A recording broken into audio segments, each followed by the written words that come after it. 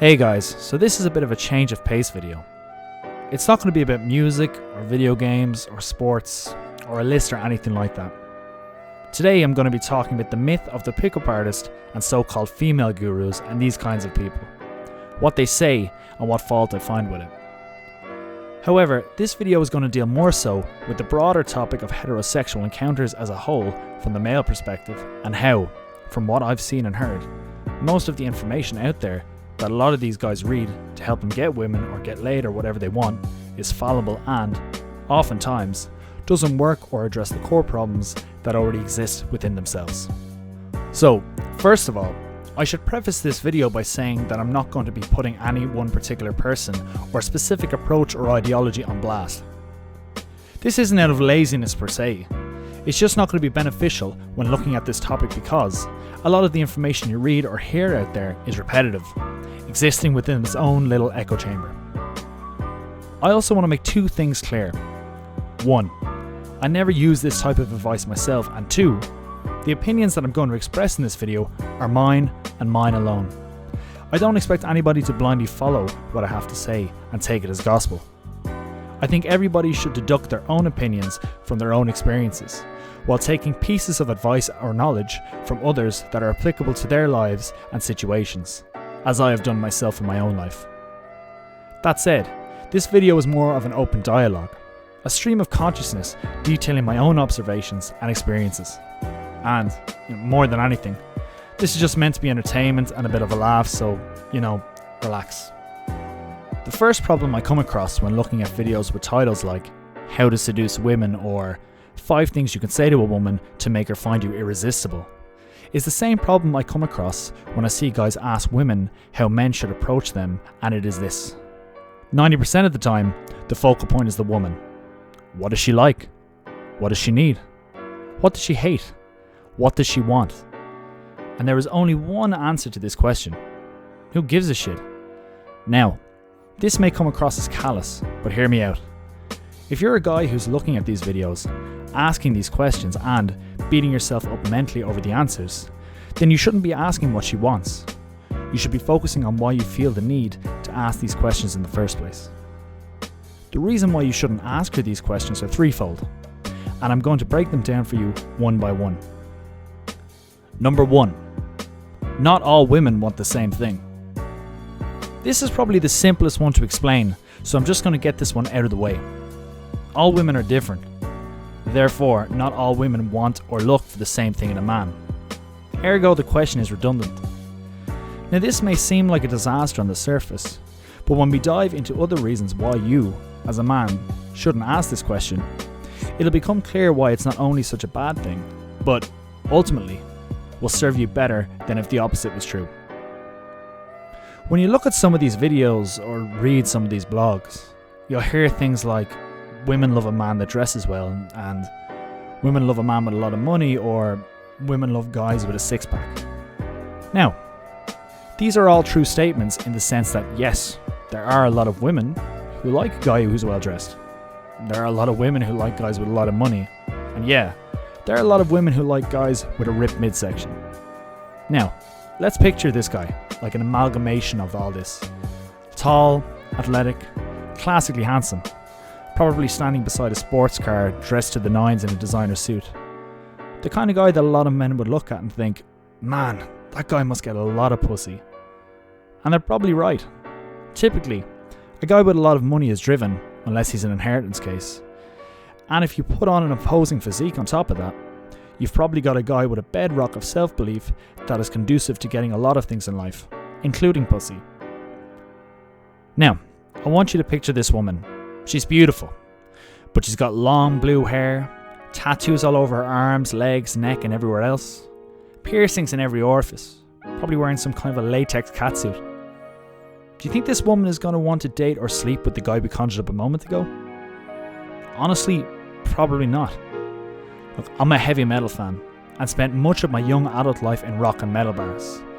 And I lost count of the amount of what I consider to be highly attractive women, similar aesthetically to the woman I first described, who were in relationships with, and madly in love with, men who were out of shape, relatively poor, and, far from owning a Mercedes, often didn't even pay for bus fare. I mean, don't get me wrong. Maybe he happens to be one of their types, and opposites often do attract. But I would say more often than not, they wouldn't allow our friend to mate with them. And that's another key thing here. In heterosexual relationships, 90% of the time, it's the woman who ultimately determines whether sex takes place. In other words, she usually decides who goes inside her as opposed to the other way around. We'll come back to this rule near the end of the video, and although what I said is entirely true and very important to remember, unless of course you plan on being a serial rapist, there's a slanted way that I've come to look at this dynamic the more experience I've notched up. So, the point of the previous thought experiment is not to put down our friend with a Ferrari. In fact, I wish him nothing but the best. Instead, it's to highlight the futility of outlining a list of prerequisites that you believe will determine your success or failures with the opposite sex.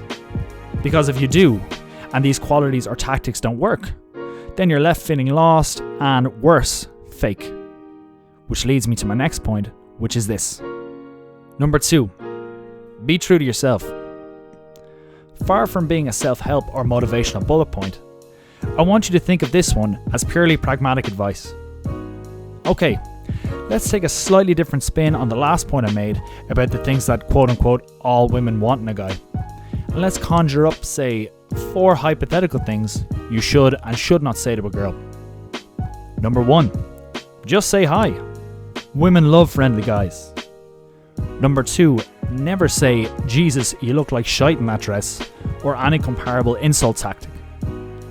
Number 3, just ask her out. Be direct, women love assertive men. And number 4, never use cheesy pickup lines like, nice phone, but it would look better with my number in it. Now, I have to confess something. I've used all 4 of these approaches in the past when trying to court a member of the fairer sex. Did they all work? Yes. Did they all work on all women all of the time? Fuck no.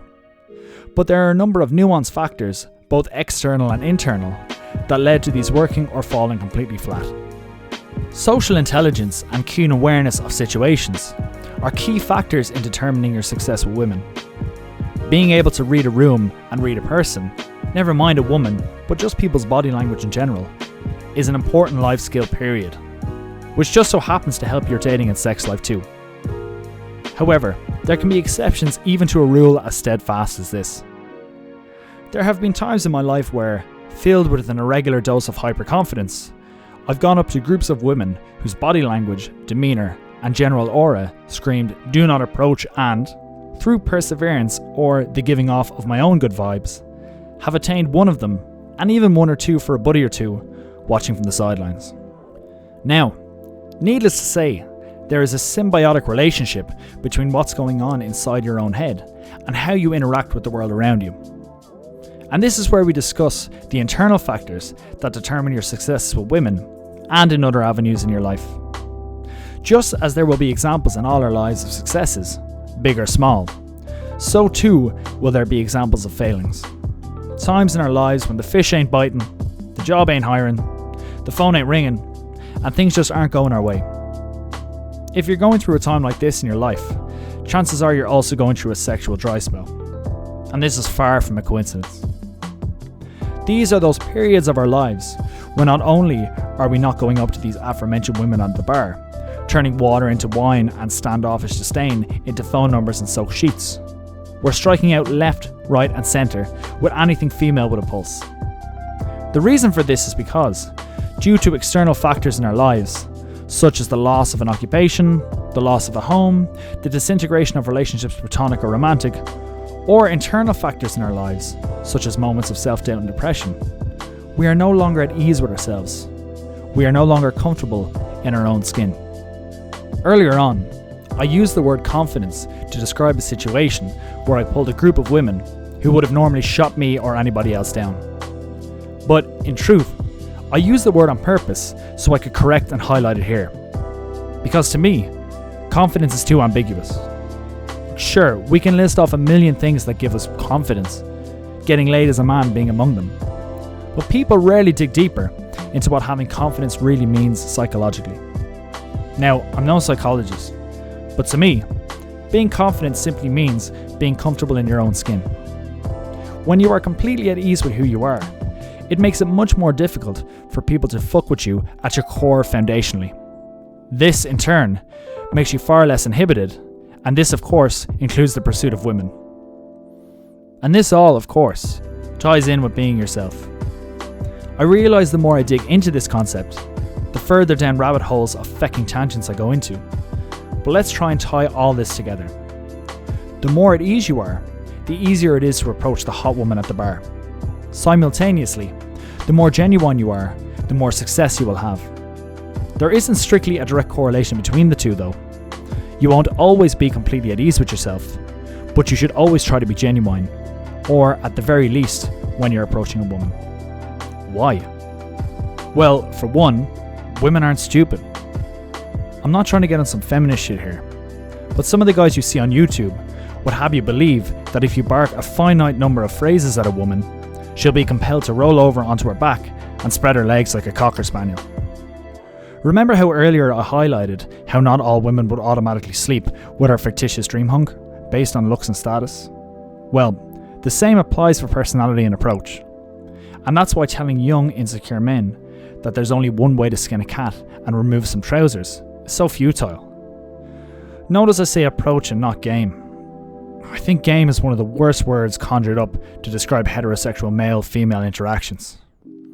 In other words, the phrase is total bullshit. A game implies you can lose, but moreover, a game implies you can also win. So say you managed to bed the most beautiful woman you've ever seen in your life. What exactly did you win? I had the most exquisite steak for dinner last night. Did I win that fecking steak? No. Sex is one of our most primary functions, just like eating. We don't win sex. We approach someone who is sexable to us, and, assuming we're confident enough to engage and there's a receptacle chemistry, you get sex. You don't win nothing. Anyway, now that that's out of the way, let's get back on track. Not every girl you meet is going to like your approach, just as they won't all like your sense of style, no matter how slick you think you look. And chances are your batting average, like the rest of ours, is below 50. So, when you take all of this into consideration, it's not only better to be your genuine self, but it just makes more sense if your goal is to find the woman of your dreams, or any woman any given weekend. Remember those approaches I told you I used earlier on? They were organic and true to me to use based on my own personality, the situation I was in, and the woman I was dealing with. Also, sometimes I'm just an asshole. It is what it is. So when I feel like an asshole, I try to act accordingly. Within reason, of course. Going around disrespecting people is a quick way to get into somebody's bad graces or into the back of an ambulance. Which is why I said earlier that social awareness is also a key factor.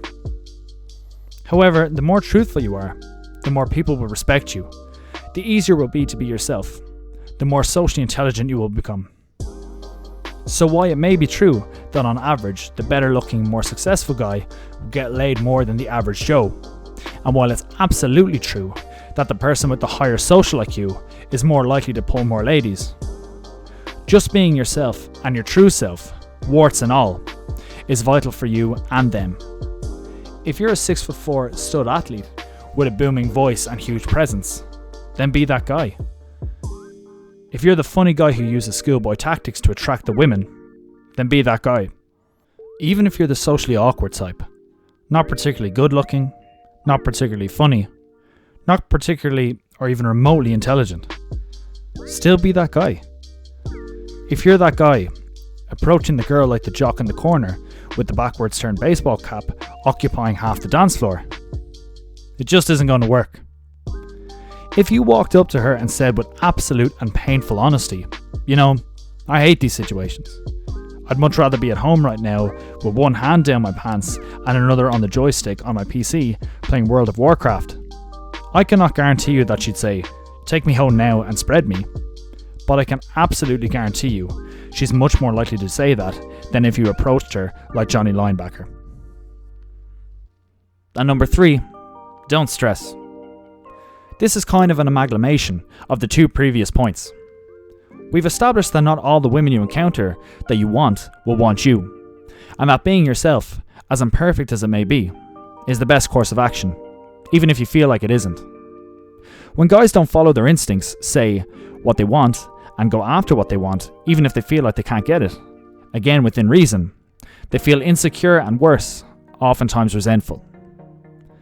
I guess the most important thing I want to say about this is this. Don't beat yourself up about all this shit.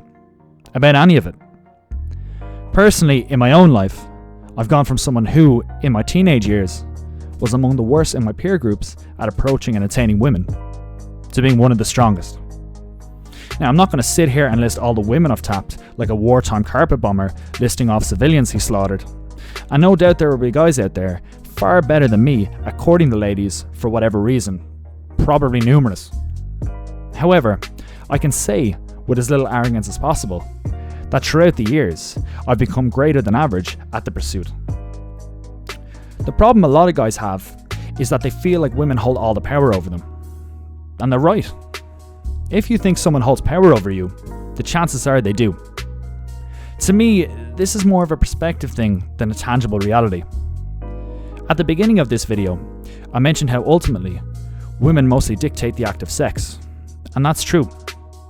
This had far more to do with the dynamic of male-female courtship than it does the actual act of sex and the intrusion of it. The dynamic dictates that women's sex is a commodity. In other words, it has value. Men's, on the other hand, has little to no value whatsoever. A common explanation for this is that men have a higher sex drive than women, or men need or desire more than women do. This is absolutely not true. Want some evidence for this?